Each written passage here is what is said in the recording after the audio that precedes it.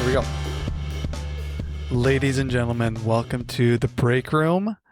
We're going to have some sentimental times here today.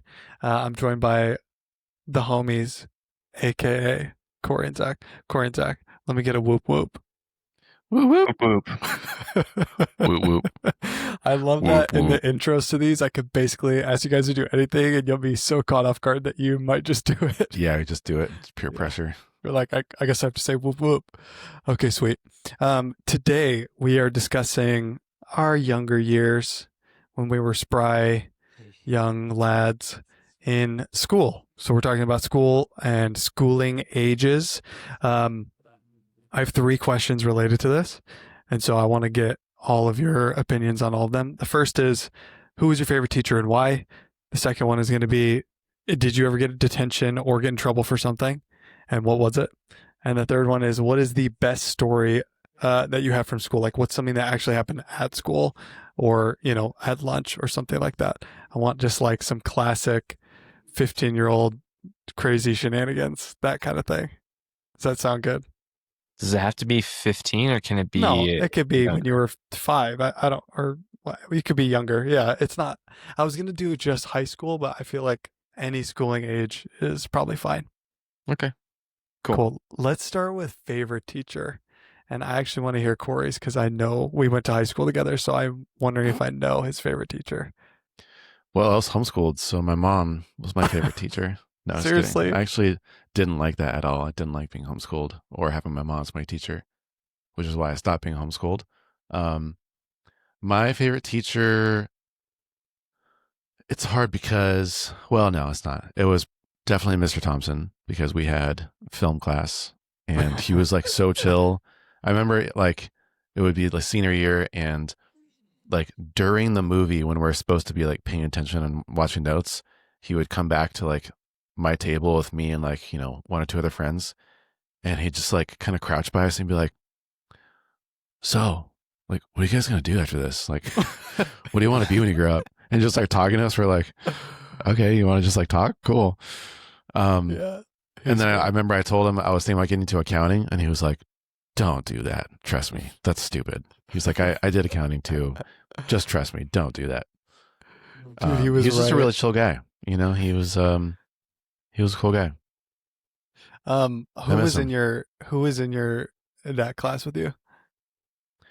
Well, that was sat next to me was Johnny and Ryan. Oh, nice.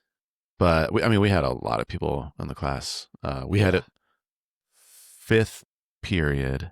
So there was like 2 segments of us as seniors. There was the kids who got out at lunch and the kids who got out right after lunch at 5th period because lunch was between 4th and 5th period.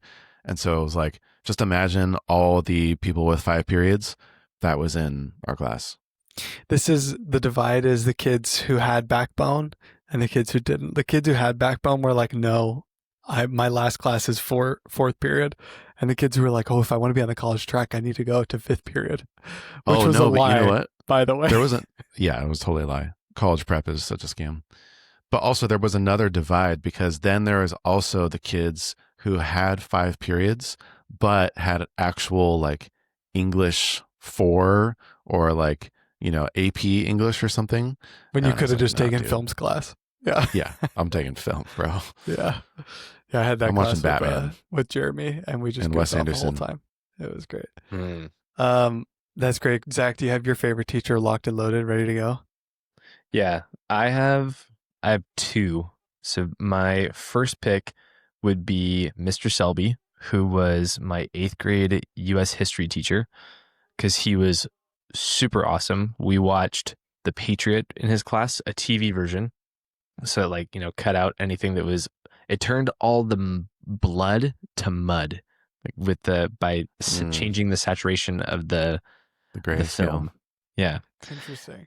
And that was a super cool class because U.S. history is awesome and he made it really fun. It was also, I was in the advanced classes, so we had to do a lot more fun projects. Like there are people who usually don't go together.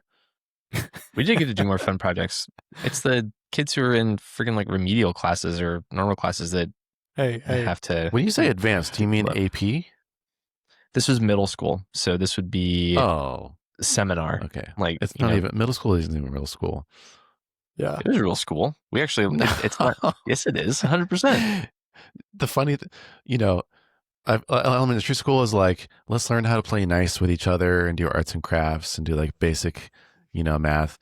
Middle school is just like a trial run for high school, because in high school you do all the same things over again, like literally the exact same things over Careful. again. Zach's wife is a middle school teacher. Right. But no, she would agree. You do the same things, but it's still real school, because if high school is real school and you're doing the same things just as a middle schooler, all it's doing is sifting out the people who are going to be failures in high school from the people who are not going to be failures in high school, which is why I was in the smart classes, because I was not going to be a failure in high school.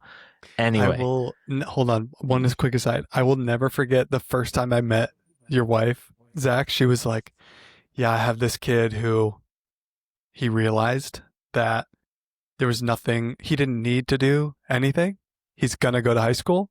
He doesn't have to do any work. He doesn't have to listen. He's just there because we ask him to be there. And it doesn't matter what he does. He's going to high school. He realized it, and that she had to be like, just let the other kids do the work, please. Like, don't tell the other kids. Was like an actual paradigm shift in my brain at that moment. That's called social promoting, where to make it so that you don't feel the shame of failing and being held back. And they'll do this all the way through high school, actually. Like, they will continue to promote you up and up and up and up and up until you graduate, just because they don't want there to be any losers. That's a whole nother can of worms as far as like what it is. But you still do learn in middle school if you are like Naomi teaches an honors science class, and those kids actually get to do fun experiments and learn things. Same thing with history, which is why we got to do things like someone made a replica musket for the Revolutionary War, which is super brought it sick. to school. Brought it to school. Yeah, got special permission. Got special permission. It's a musket, so they're gonna be like, well, what is he gonna do? Like, fire a shot? I mean, all it takes is one. Yeah. That's true. Yeah, good point. But probably not gonna have great aim with that one. So we did a lot of cool stuff like that. Lots of group projects and debates. It's like we'd have to pick sides and go through, like, you are the loyalist camp for the Revolutionary War. You're the patriot camp. Pose your arguments for why you why the United States should or should not defect from the United Kingdom. Did you ever do like North versus South, pro or versus slavery? I don't. I think we might have, actually, and that's, I feel a little awkward. which would have been really, really bad. I'm pretty sure even if we did, I got put on the side of the Union, so I got to argue for the right side. Okay, good. And everybody who had to argue for the South. What was that? So you were on the right side of history. Right side of history. Finally, yeah. Zach. Well, and everybody else was like, no, it's about, because they couldn't say what the South was really about. Like, we want to keep slavery. They had to make their arguments a little bit more like, we were just for states' rights, and we really want things to fall at that level, which is, even at 14, we were able to see through the shill of those kinds of arguments. So that would be my number one, Mr. Selby, 8th grade history, or it would be my elementary school music teacher, Mrs. Jacobson, who we had from kindergarten until we were in 6th grade, because you would go see her once a week. And we learned how to play guitar, learned how to play ukulele. We would watch a musical movie for every year. So like just anything there was an actual, like Oklahoma or Mary Poppins. One year we had to watch The King and I. So anything that was music related. So that was a super fun class. And she was cool because you got to see her every year, which was awesome. Nice. Good answers. My favorite teacher has to be from just before I was at our high school, Corey, in 8th grade. His technically his name was Mr. Porter. He taught U.S. history, but he was like, I went to a charter school in Escondido for like a year before I went to our high school. And he was like a surfer guy, blonde hair. He'd go surfing in the morning before school, like total cool dude, and I'm in 8th grade, so he's cool. And he actually went by Newbie. That was like his nickname for his whole life. Everyone called him Newbie. And so he wanted us not to call him Mr. Porter and call him Newbie, so we all called him Newbie, which was kind of fun.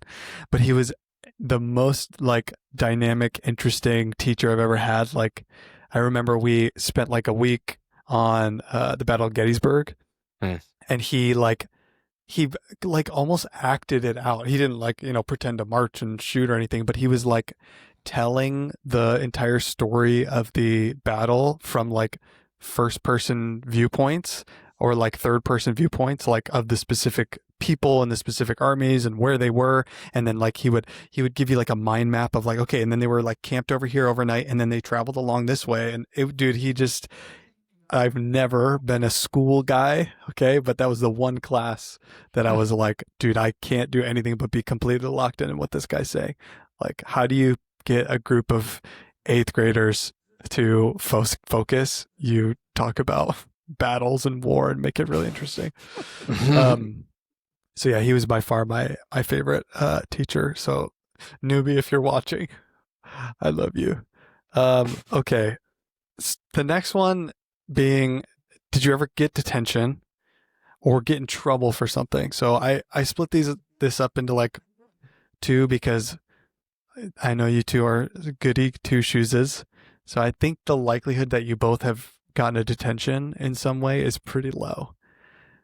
But in case you did something or got in trouble for something but didn't receive a detention, I wanted to know. I have actually. Once. Really? I've got detention Yes, too. And I'm I've definitely so gotten in happy. trouble. Okay, let's hear it. I actually don't know why I got detention. I'm pretty sure it was because of a certain science teacher that we had at Foothills who was very cranky and erratic. And I think for whatever reason, just decided that she didn't like me for no reason whatsoever. You're incredibly unlikable, so. I know. What? I guess I should have known I had it coming. But she, like, literally every single day would call me out, or like, you know how like some teachers, if no one like answers a question, they'll just like pick on someone. Mm-hmm. That's what she did every single day to me. And I also like, it was a chemistry class, and I'm like not really great at science, even though I love space and dinosaurs and whatever. But like the actual Trucks, cars. yeah, rockets, the actual like, oh, electrons and neutrons. I'm like, bro, nucleus, osmosis, whatever. I don't care. Mitochondria. And so it was a chemistry class. And then she would ask me to like, answer the question every single day. And I was struggling hardcore. That's the only class I've ever gotten a C on. And I think I just like talked back to her one time, and she sent me and like gave me like a hardcore, like, he needs to have Full detention or disciplinary action or whatever it was. Yeah. I remember because it was even embarrassing telling my parents. I was like, hey, like, I got detention. I think I have to like go to detention. I don't know. So I went to detention, and it was like actually so funny because it was nothing. I just like sat there and like doodled in my notebooks or something. Like, I think I just like did homework actually. Yeah. I like got in trouble one other time, which was way funnier, it was another science teacher, who was a funny old man without naming names, who was like maybe senile, maybe had He dementia at must have that been point. 80 We don't know. plus. I think he was 80. He was pushing his 80s, 90s, the kindest man ever, but like completely unaware of anything that was going on. And we were also completely on our own during the class, because what would happen was he would try to lecture us by explaining like the solution to a problem.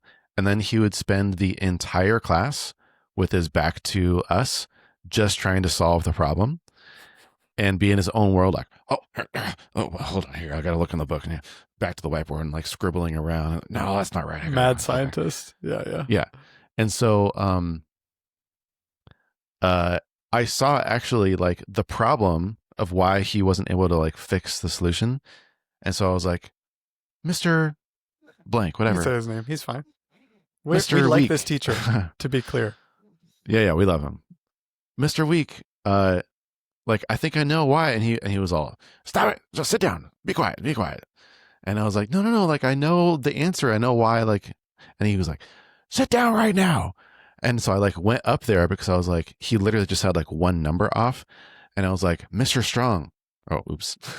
Mr. Strong, look, like this is, and he goes, sit down right now. And then he goes, no, get out. And I was like, huh? And he goes, sit down. And I was like, oh, okay. He goes, get out of here.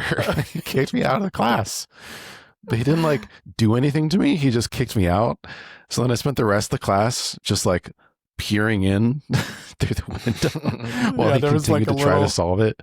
And everyone was still just like doing their own thing. Like we would all be having like full on conversations or like playing games or throwing things at each other the entire class. Yeah. But yeah, my I story did like also get in trouble includes technically. Mr. Strong. Well, let's hear it. Let's continue on the strong. One? Let's continue on the strong tale. Yeah, this is the only time I ever got detention. So Mr. Strong, obviously slightly aloof. You know, he doesn't pay attention to anything. So at home the day before, my sister had gone to SeaWorld. She gets home from SeaWorld and she has like, you know, little gizmos and gadgets and toys and stuff from SeaWorld. One of them is this little Shamu like water gun that you can squirt. And I was like, what better thing to do than to bring this toy water gun to school? Like, this is where you bring it. It doesn't look, you know, it's not dangerous. It looks like a whale. That's it. So I'm like, okay, I fill it up. I bring it to school. In Mr. Strong's class, it's in my backpack. I'm like, this is the time. Pull it out. He's turned around. Every time he would turn around and face the whiteboard and be like scribbling, I would like spray it and try to get as close as I could to him without hitting him. And after like maybe 3 or 4 times, the next time I was like, dude, I got to get like as close as I can. So I ended up getting him a little bit with the water. He turned around and he was like, who was that? And I was like, what am I going to like pretend? Like, it was me. It's fine. Like, everyone knows I'm doing this. The whole class is watching me do this. Yeah. So I just put the thing down and I stood up and I said, it was me, Mr. Strong. And he said, go to the office. And he just kicked me out and sent me to the office. And I'm sitting in there. And then like 20 minutes later, the like vice principals like gave me a detention or whatever. And then my dad called me like 45 minutes later. He was like, did you squirt your teacher with a water gun? I was like, I did. And he was like, well, that was stupid, huh? And I was like, yes. And that was it. I remember I was supposed to go to detention on Monday, the following Monday, which we didn't have classes on Monday. It was like homeschool on Mondays. And I was like, Mom, I have like basketball practice, but I'm supposed to go to class. And she was like, just don't go to detention. And I was like, are you going to call him? She was like, I'll call him. And I just never went and nothing was said. And that was it. They don't care. It was great. They don't have any teeth when it comes to parents, man. It's parents supersede supersede everything. Yeah. Okay, Zach. It's just annoying when they're actually douchey kids. And they do deserve it. Yeah, not like me. Me and my innocent water gun squirting my teacher in class. Mm-hmm. Very innocent. That's just dumb. That's what my dad told me. Yeah. My story. So I did get detention once, and it was because some of my friends were like egging on a teacher of ours and calling to her as if they were trying to get a dog to like come over to their desk, like, come here, Miss Shin, like, come here. And then she got really pissed at them and they all got detention. And they said, that's right, when you mess with the bull, you get the horns. And so following off their joke, I said, yeah, but dogs don't have horns, you idiot. And then I got lumped in with it and put in trouble, even though I was what? I was not, yeah. So and she held me after longer than anybody else. Like my friends got to leave for lunch. Like they were in there for 15 minutes and I had to stay the entire time. And it's like, why? Like I was saying that they're stupid for their inconsistencies with their joke. And she was just pissy. This is also a teacher who was hungover most Mondays. And so she wasn't even at school. That's nice. Yeah. Wow. Classic. Dang, dude, that sucks. What? I What? thought of a really good story for my next one. Oh, Okay, go. Well, I'm not done yet. I did Okay, it, sorry. and then I got in trouble when I was. This is total insight into my future Zach. But when I was 7, I was playing soccer out on the playground with some other students, and this other student who is a year older than me hit me and then took the ball away from me.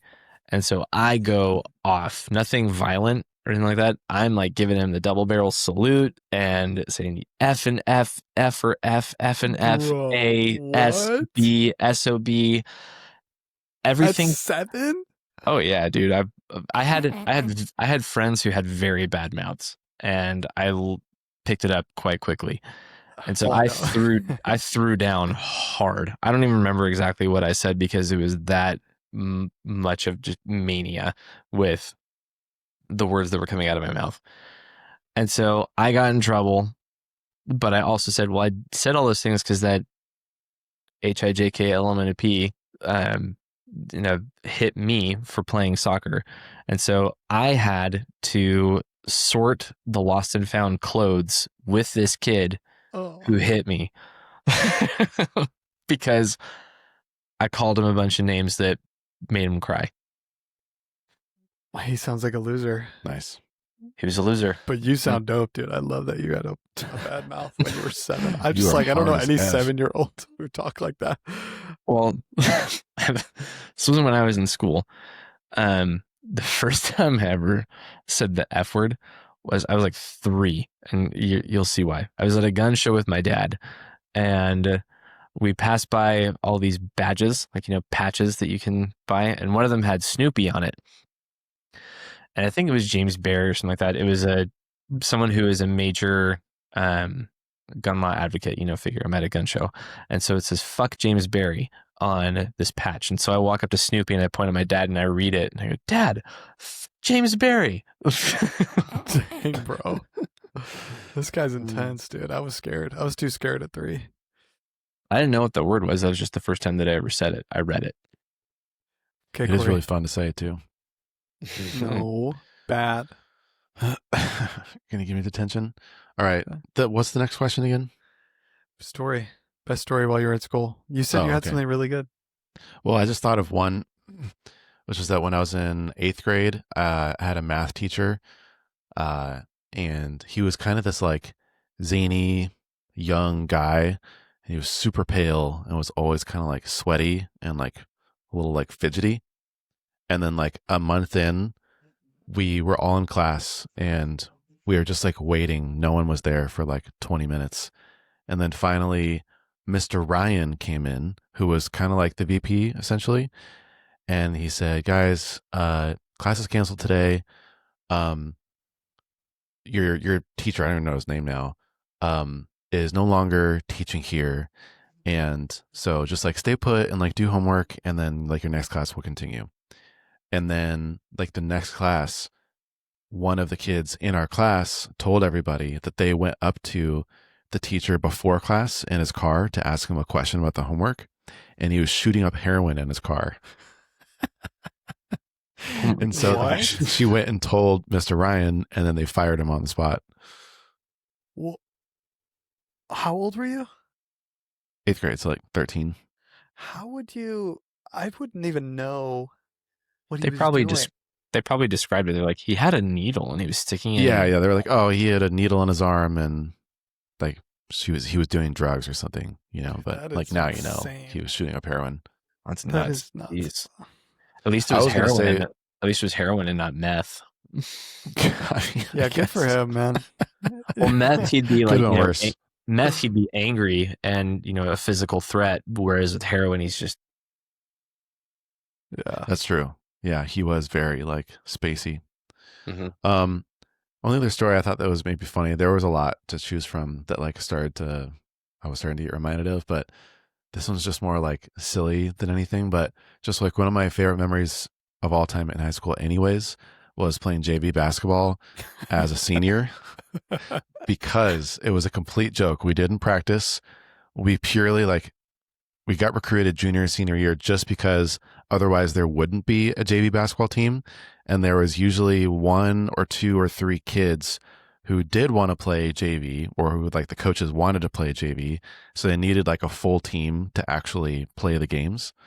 And so it was like me, our other friend Jeremy, like Mark, Spencer. just like, yeah, Spencer, like eventually our team like grew. It started with just like 5, and then it went to like 6, 7, 8, 9, 10, because we all started having so much fun. And I remember there was one game we actually played against a freshman team, and like 4 out of the 5 people on our team were literally seniors. Yeah. And I'm like a big hairy guy. Like I look fairly masculine, kind of always have. And so it was like a really close game. And I remember like we were starting to get really physical, and I pushed one of the kids who was like being way too physical with me. And he was like the skinny little freshman kid, So I like pushed him. And then like someone in the stands, I'm guessing his mom, goes, "Ref, that kid has a beard." Because like I think they were kind of catching on that like we were not really a legit team. But again, it's like, this is JV basketball in a D5 league. Like, who cares? The basketball team was like our varsity team was like really good, and so these are all the like, kids really, that like really good. were all in a friend group that would play on the basketball team, but because it was so good, they were all like, "No, I'm not doing that." And Yeah. so then when it was like, "Hey, we have 2 people on the varsity team that we want to also play JV. We need random people."